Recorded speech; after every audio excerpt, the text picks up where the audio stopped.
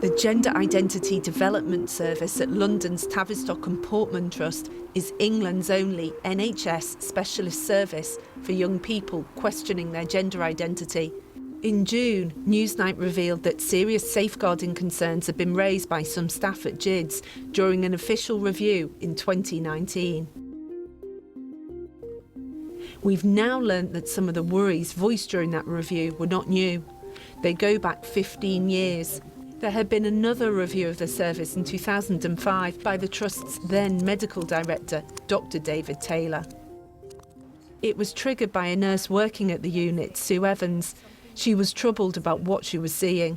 My experience of working with most of the young people was that once you assessed them and found out more about them, they had complex backgrounds. It wasn't just the gender dysphoria. Some of them had been sexually abused, some of them had been traumatised in their earlier life, early separations, some had autism. There were other clinicians who seemed confident that they could see someone for about 4 to 6 sessions and then refer them on for hormone treatments, and I just couldn't understand that a satisfactory assessment or any attempt at therapeutic work had been carried out. Newsnight has obtained a copy of that 2005 review. Dr. Taylor stresses that staff were doing all they could to help the patients, who were often very distressed. But his report went on to detail several areas he believed needed addressing. He noted that many children referred to the service had suffered trauma or had mental health problems. Staff faced pressure to comply with demands from patients and their parents to be referred for puberty-blocking medication.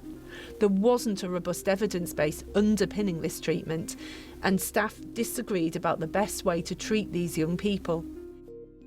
The implications for this are that young people might not have had other issues addressed before making a potentially life-changing decision to go onto puberty-blocking drugs. These concerns are strikingly similar to those raised by staff in recent years. The service was much smaller in 2005, receiving tens of referrals rather than thousands, and did not contribute significantly to the Tavistock Trust's finances. Young people had to be 16 before referral for puberty blockers. Now they can be as young as 9, and yet there are still questions about the evidence base. The findings of the 2005 review have never been made public, and getting sight of them hasn't been easy. In May 2019, Newsnight requested a copy of Dr. Taylor's review using the Freedom of Information Act. The Tavistock declined, arguing its disclosure could adversely impact on the Trust's ability to provide effective and safe services to its patients.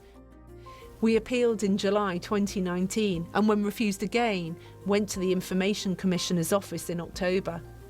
In August 2020, the ICO ruled that it was in the public interest to disclose the document, saying patients, prospective patients and their families should be able to see this information. We received the report a few weeks later. The recommendations made by Dr. Taylor were, in his words, not rocket science. He says they reflect core principles of clinical practice and could be applied to any part of medicine. He called for the service to follow up all its patients, for more research in this area of healthcare, and for staff to be supported if they came under pressure to refer for a treatment they thought was inappropriate. Dr. Taylor said that puberty blockers might be an appropriate course of action for some, but all young people needed exploratory therapy first. Looking at the report today that was written 15 years ago, in those years, the missed opportunity for me is that Dr. Taylor recommended there should be clinical audit, better understanding developed of gender dysphoria in young people. Research should be woven into the work of the clinic.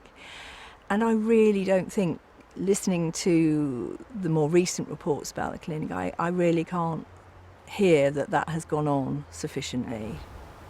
Last year, Evans initiated judicial review proceedings against GIDS, arguing under 18s cannot give informed consent to puberty blockers when not enough is known about what they do.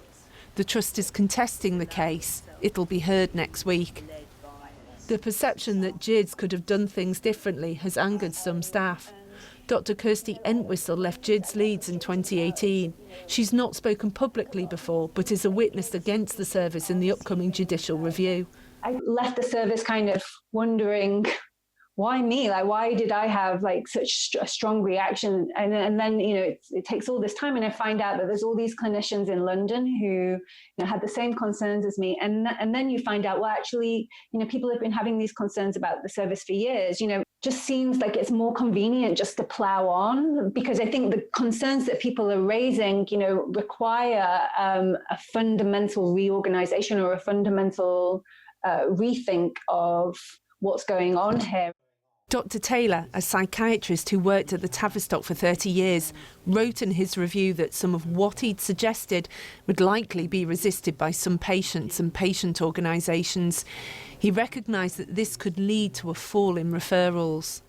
If you try to set out to please or comply with someone, whether you're a parent or a clinician, then you won't be helping them. It's very important that you keep an independent perspective. But I do think that maybe the service as it developed, to some extent, lost its compass in those respects. So why weren't his review's recommendations implemented? There isn't one easy answer. The demand for these services was greater than the capacity of the unit to cope by maintaining its standards of thoughtful mental health care, which considers all the factors, biological and social. And he says the setting in which the service was working, society's shifting attitudes towards gender identity and the lack of alternative provision are also important. Many patients would have been better served referred to other services, but underfunding of child and adolescent mental health services made that impossible.